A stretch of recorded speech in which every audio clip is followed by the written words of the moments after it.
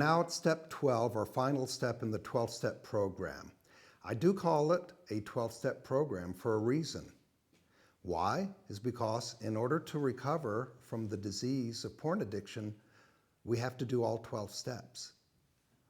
Sometimes I find in the meeting rooms sponsees that say to me that, well, step number 4 and step number 5 are really very difficult. Step number 8 and 9, making amends with someone, I don't know about that. I'm not even too comfortable with prayer. But step number 12 comes along and forget it. So essentially that particular individual is working only about a 5-step program, a 6-step program. The 12-step program wasn't written just to work 5 steps. It was written and is successful and proven by hundreds of million people that have recovered from addiction by working all 12 steps. Step number 12 says, having had a spiritual awakening as a result of these steps, we try to carry this message to porn addicts and to practice these principles in all our affairs. All right, so step number 12 is all about taking your success, your experience, and your hope to others, helping them. Let's continue into chapter 7, working with others. It says here, practical experience shows that nothing will so much ensure immunity from acting out as intensive work with other porn addicts. It works when other activities fail. This is our 12th suggestion. Carry this message to other porn addicts. You can help when no one else can. You can secure their confidence when others fail. Remember, they are very ill. So what Bill is teaching us here is the importance of doing step number 12 is as much for them as it is for yourself.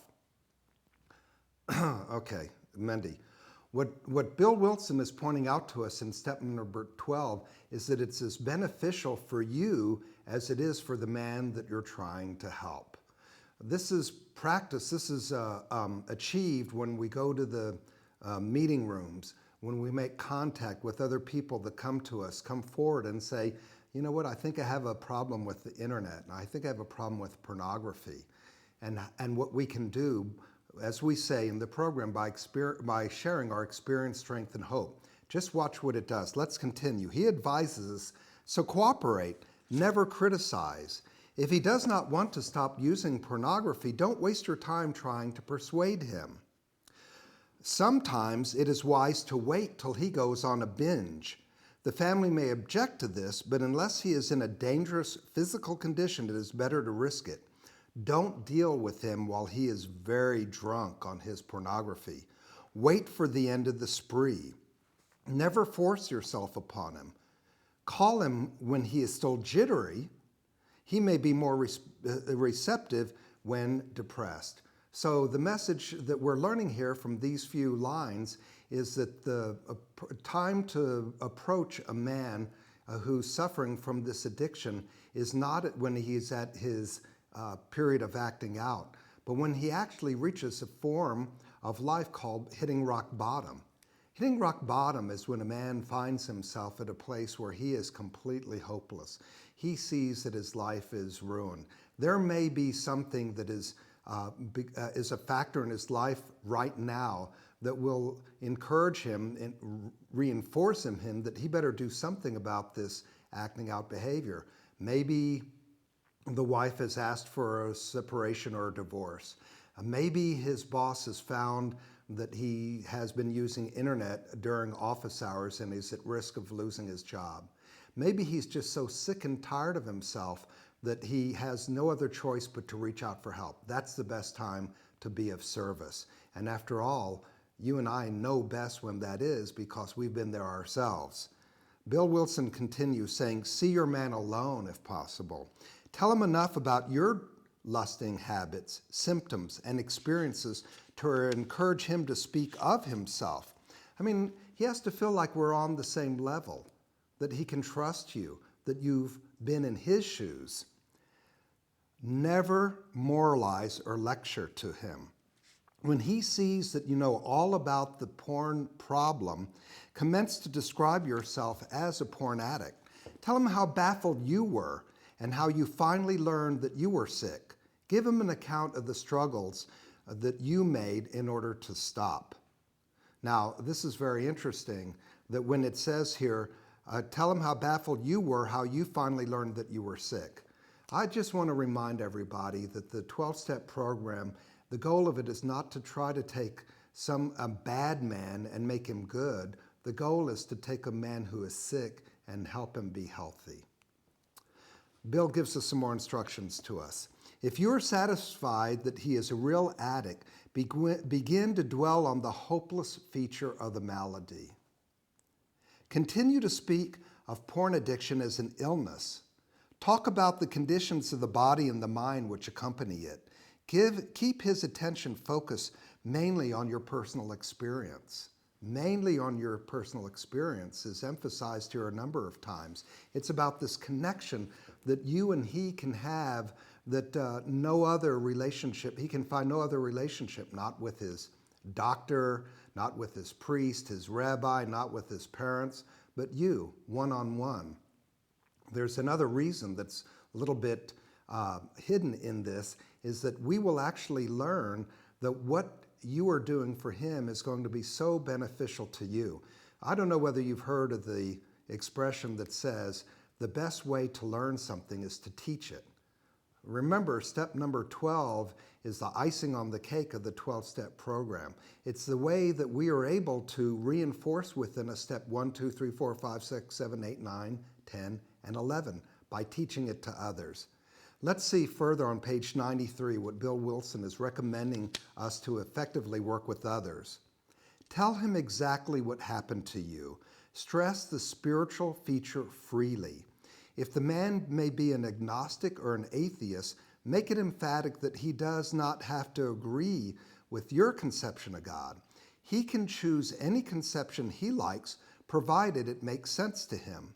The main thing, and I repeat, the main thing is that he be willing to believe in a power greater than himself, and that he live by spiritual principles. Okay, let's continue on the next page, on page 94. Outline the program of action.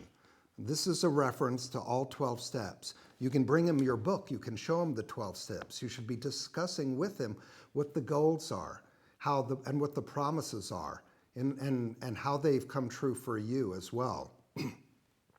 Outline the program of action, explaining how you made a self-appraisal, that was done in step 4 and 5, how you straightened out your past, that was done in step 8 and 9, and why you are now endeavoring to be helpful to him.